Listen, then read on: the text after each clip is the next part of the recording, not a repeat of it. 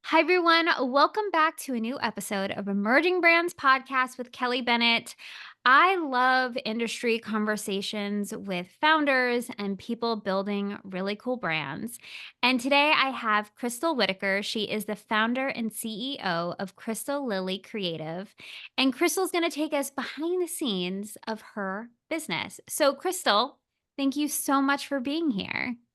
Thank you for having me, Kelly. You're so welcome. Something that I always love to kick off a conversation with, and something I just personally love learning about people, especially who are doing this wild ride of entrepreneurship and building a company and building a brand.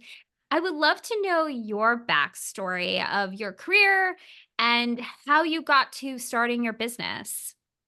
Yeah, so my backstory, when I think about it, I was just having a conversation with someone else about this recently.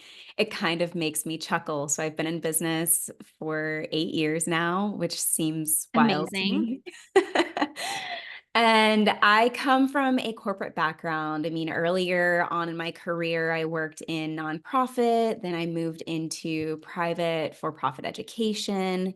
And the last corporate role that I had was in executive recruiting. Learned a lot. That was Right. really I have joked that it was kind of a lot like getting paid to get an MBA. And also, by the time I left corporate, I felt really burnt out. To a degree, and I'm sure a lot of folks, especially creatives, can relate to that feeling of kind of felt like my soul was dying a little bit. Yeah, I've had moments of that. Yeah. I understand. Yeah, and I was very curious about photography. That is how I started, and I realized that you didn't have to necessarily have formal training around it because there were photographers that I knew that had built successful brands and they were completely self-taught. And so my brain went, "Wait a second, maybe I can do this." And I had been building my photography portfolio for about a year before I left corporate. And fun fact, I was actually let go. It Okay, it so it was like, "Okay, I have to figure this out." it was yeah, it was just the kind of perfect storm. I had a lot of Yeah, things going on in my personal life that I didn't at the time have language for that now I do, coupled with things happening in the corporate environment that I didn't have language for that I wish I had. And I went on vacation, came back from vacation, and I already had another opportunity lined up, and I was gonna quit, and they were like, "We're letting you go anyway." And I was like, "Okay, it is what it is." So I had right. actually moved to another corporate role, also doing executive recruiting, and I wasn't within 2 weeks, I was already looking for other jobs, and I was like, "Oh, I did not make the right choice. This is not it." And I did something that was very uncharacteristic of me. I quit that very lucrative job after only being there for a month. I Wow. w and I felt horrible doing it. However, I knew that I couldn't stay. Yeah. I couldn't do it. And so when I left, what I did was I started walking dogs. I live in LA. So at the time, this was 2016. And it's kind of incredible what people will pay dog sitters in LA. And that's what I did for Yeah. 6 months while I was figuring out, "Okay, well, how do I build a business? What do I do?" And that led to me picking up another contract as a contractor where I was traveling the country for a large corporation, helping with their events because I had a background in events. And did that for a couple of years while simultaneously building out the photography side of my business. So I was doing the corporate contracts during the week as a contractor, doing the event stuff. And on the weekends, whatever city I was in Facebook groups. I was, networking and finding community meetups and things like that. And booking photo clients on the weekends. I don't know where I found the energy because I don't know if I could do that now.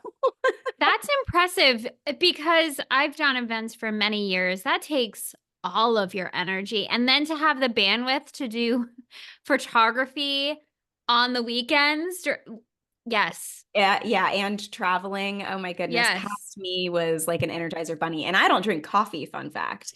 So Oh my gosh, all of that on no coffee? no coffee. Um, Wow. so I did that, and then by the time I left that contract, that would have been 2018, I was completely on my own, and I actually replaced my income. At the first year of my business, I replaced my income. Wow, that's 2018 and incredible. 2019. I surprised myself. Not that I didn't think I wasn't capable, but there's a lot of self-doubt when you're starting your own thing, especially as a creative. Absolutely. I know that very well as well. Yeah. Yeah. And during all of this time, I was photographing couples and weddings. And if you know anything about the wedding industry, mainstream wedding industry tends to historically skew very cis het white.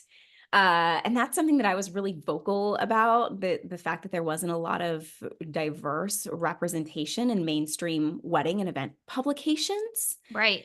And I ended up connecting with other people in the community who felt the same and, made a lot of really incredible friends in the wedding and event space that were very inclusive vendors. We're still connected today. And folks started to notice. So people started asking me. A lot of people think that I made the pivot into doing inclusive brand work in 2020, but really it was 2019 because folks started asking me, how do you have such a diverse representative photo brand? This is so cool. And I was hearing it from both clients that were booking me and small business owners.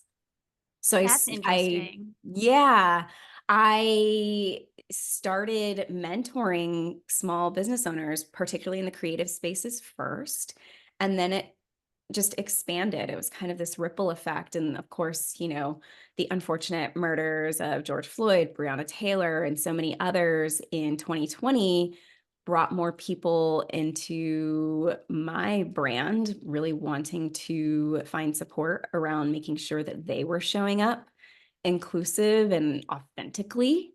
And so I started supporting folks in that. And I haven't photographed a wedding in years. It's been many, it's been years. So my focus now is really supporting small business owners, founders, and how they can make sure they are embodying their values, showing up as their genuine selves, and ensuring that all of their messaging is clear, connected, and streamlined in every facet of what they do. So we'll look at the four types of messaging, which are written, visual, verbal, and behavioral, and making sure that it's all consistent. So that's how I support Yes. founders and small business owners. And then on the organizational side, I'll have large organizations where they'll call me in to do trainings and workshops for their teams and their groups, and that's been really fun as well. Your career path is really cool. I just Thank want to say that, like, from corporate and different facets of corporate events to dog walking to photography to inclusion. Really, it sounds like you have just continuously found the right next fit that felt aligned with your story and what you believe in. And it's really cool to hear how all of these dots have connected because, especially as a creative, at times it could feel like nothing makes sense. And you're like, Mm, what the hell am I doing now with my life? Or like, will this ever make sense? Will this ever come together? Did you ever have moments of feeling like that? Where yeah. you were just like, oh, okay. So you had, okay. Yeah, Like I mean, that. to be quite honest, I've been kind of experiencing that this year, Oh, considering the interesting. climate around diversity, equity, and inclusion. Yes. Which is unfortunate because it actually feels like the most right and aligned line of work that I've ever done. And I'm very good at it because I have multiple intersectionalities to my identity. I'm not just a Black woman, I'm a biracial woman who was raised in a white family, I'm a queer woman.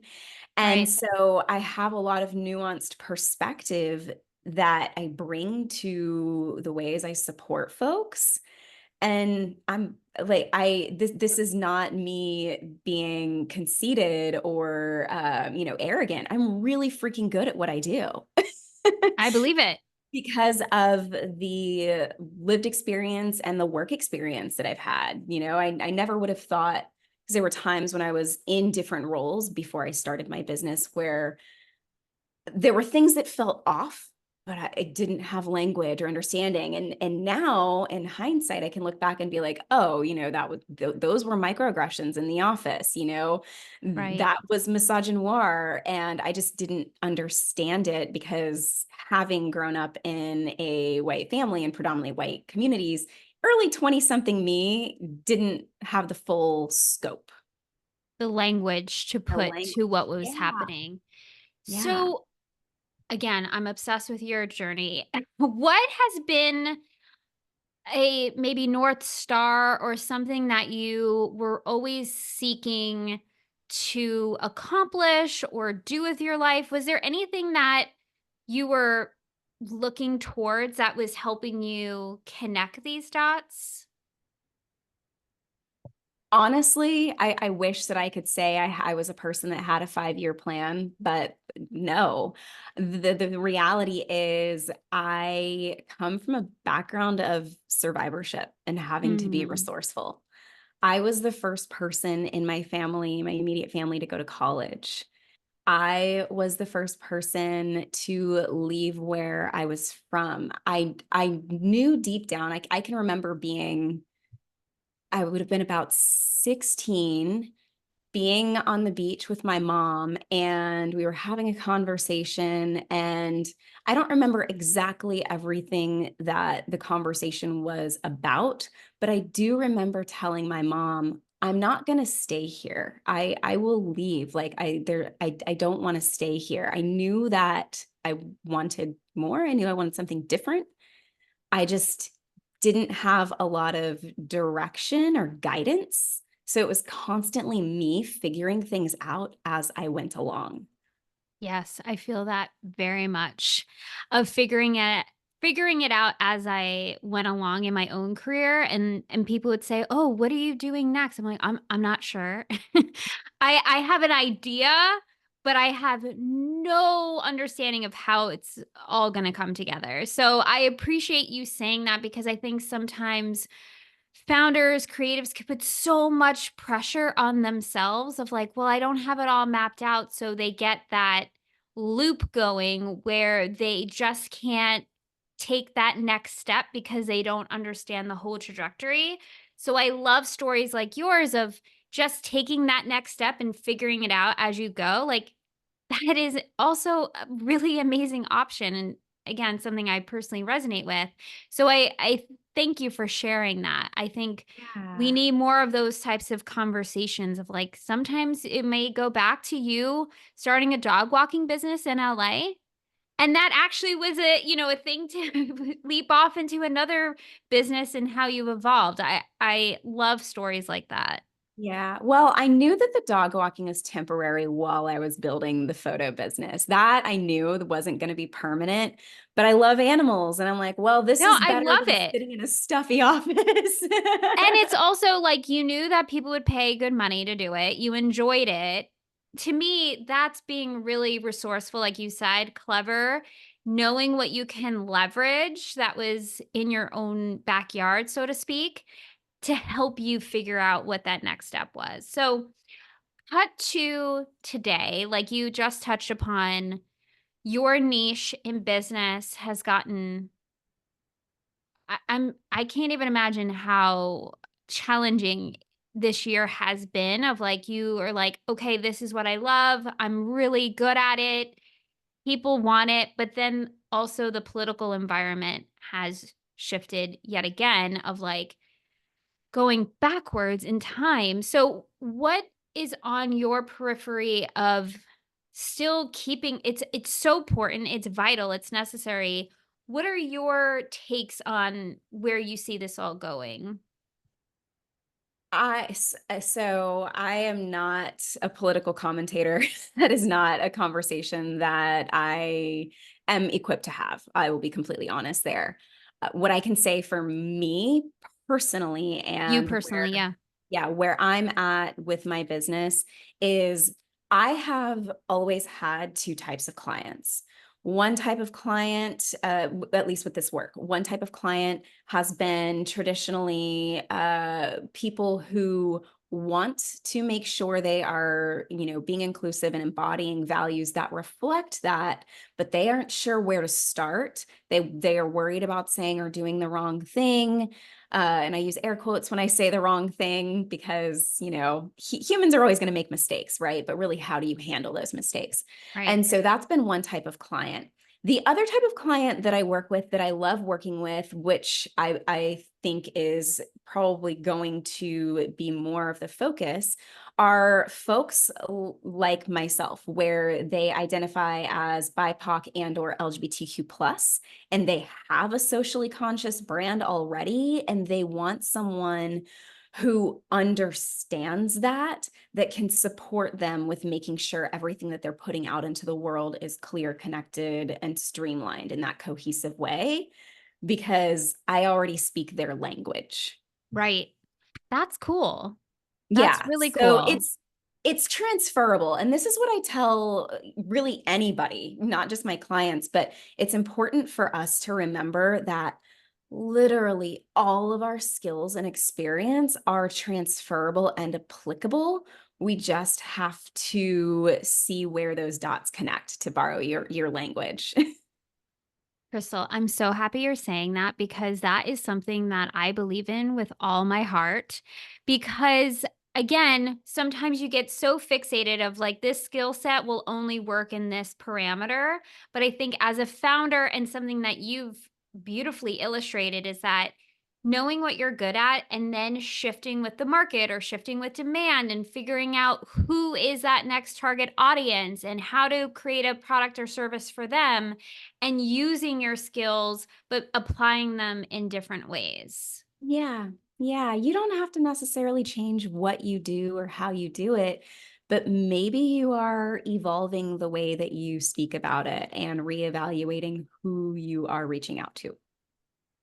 What does it look like working with you? So let me see. Let me dig in my brain for the things that clients reflect to me. The biggest reflections that I get from folks are just the transformation. They come into it thinking, okay, we're going to talk about values, we're going to talk about inclusion, we're going to make sure that everything is cohesive. But the amount of deeper work that we do together is transformative for folks because in a lot of ways, people are reconnecting to who they are at their core. They're getting to Right. shed all of the shoulds that they have absorbed from external sources and reconnect to themselves in a way that feels more deeply aligned. And they are able to find this connection to more aligned decision making, which is really cool to see. They're, kind of disconnecting from that second guessing themselves because of the amount of core values work that we do. Because my approach is not just, okay, we're going to pick your core values and say what they mean and slap on the website and then they're done. We're not Right. doing that. We are examining why the things you say matter to you are applicable to how you're working with your business, the way that you are setting up your processes, how you are deciding whether or not to hire certain folks or collaborate with people or volunteer or donate to certain places. If everything in your business cannot connect back to at least one of your values, then it's a piece that needs to be removed. And those are things that are really supportive for folks because they end up finding so much more clarity Right. and discernment in what they're doing and how they're showing up. And I also take a holistic approach Yeah. because I believe in leading through a trauma-informed lens. I believe in really being mindful. So my background with yoga as well comes into play. We're sometimes we're doing somatic work, we're doing breathing work and just finding ways to connect to the self making sure that people have ways to regulate themselves and their nervous systems when they feel frustrated and overwhelmed, because it's inevitable as a business owner. There will be times that you get frustrated and overwhelmed. How can you resource yourself when that happens? Right. Again, I love all the intersections of your personal and career background. I didn't even know about the yoga background. Like, it all makes sense. I'm like, this was meant to be that you are doing this. So, what are you looking forward to in the future of growing your brand and business? So, something that has been on my heart that I am starting to share with people, that it feels safe to share, because it feels like a scary thing for me. Bringing all of these things together that I have shared with you, I would love to start hosting holistic leadership retreats where we do these intensives over a handful of days, and people are coming and they're getting this transformative work in person. And as a part of that, the photo element of my business, I want to be able to send people off with imagery that is reflective of what they're embodying themselves, where it's like, okay, Ooh, we're doing this work, we're, doing the reflection work, we're doing the development work, in this container, this retreat container. And by the end of it, you're getting a photo shoot that reflects the embodiment that we have pulled out during our time together. Like, that's a big magical vision that I have. I So totally see that happening. retreats are a big undertaking. They are. It's something that I'm exploring, but it's something I would love to do. And the reality is, one of the things that has kept me from taking the leap to do that is I've been having a lot of conversations with folks who do host retreats. So I'm getting the background information on what's involved, the undertaking that comes with it. And the expense as well, because you're feeding people, you are providing accommodations, you want to make sure that it's priced in a way that is accessible but isn't going to put you in the red. Right. And so I'm one of the things that I think might make sense is doing something where people who have more privilege and resources are paying at a price point that makes sense, whether they're paying themselves or they are being sponsored by maybe their company, right? If they Right. are an executive in a company, and then being able to offer either sliding scale or scholarship spots to people who don't have as much privilege and resources. So it's I something I'm love the playing concept. with. I'm a big fan of the concept. I totally, totally see you doing this. I mean, it's like, again, all the stars aligning of everything that you shared with your background. And what a cool vision to hold space for people to transform, and also the photography piece and tying that thread back in. Yeah, I think it's great. And I'm so happy that you just shared it now and putting out the manifestation of this coming true. Something that you touched upon of taking the leaps, figuring it out as you went, but also what you were just talking about of doing your due diligence when you're about to take a next step. Is there any piece of advice you would share with someone who's maybe in the really early stages of their brand, or maybe they're going through that shift of like, okay, what I was previously doing doesn't feel aligned, or the market has changed. I know I have to shift, but now I'm freaking out. I'm working for myself. Oh my God, what's going to happen next? Do you have any advice for someone in those positions? Yeah. Pause, but don't quit. Hmm. I like Uh, that. yeah, one of the things, there's a method that I share with my clients. I call it the PAC method, and that's PAC. It stands for pause, awareness, and compassion. So anytime you're in a situation where you're feeling challenged, whatever the reason is, take some time to pause.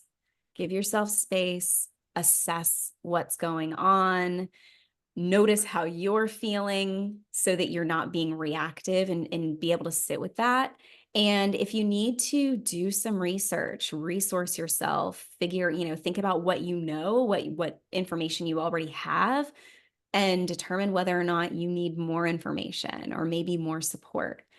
And think about what you're aware of. What are you aware of about yourself? What are you aware of about anyone else in relation to that situation or challenge? And when you take action, when you respond, do so with compassion, first for yourself, and hopefully knowing that you are doing the best that you can with the information and the resources that you have, and also for anyone else involved. And just Right. move with compassion, but don't quit because you started this thing. You made this decision for a reason. There was something in you that was ignited. Don't let that burn out. So beautifully said. Crystal, thank you so much for sharing your backstory, your work, your insight. How can someone connect with you? The best way to get in touch is just to go to my website, crystallily.co, and the spelling is crystallily.co. You can access my contact form. My book is there if you want to get a start just on some light reads, my social Yes. media contact, all that stuff. Amazing. Well, thank you so much for coming on the show.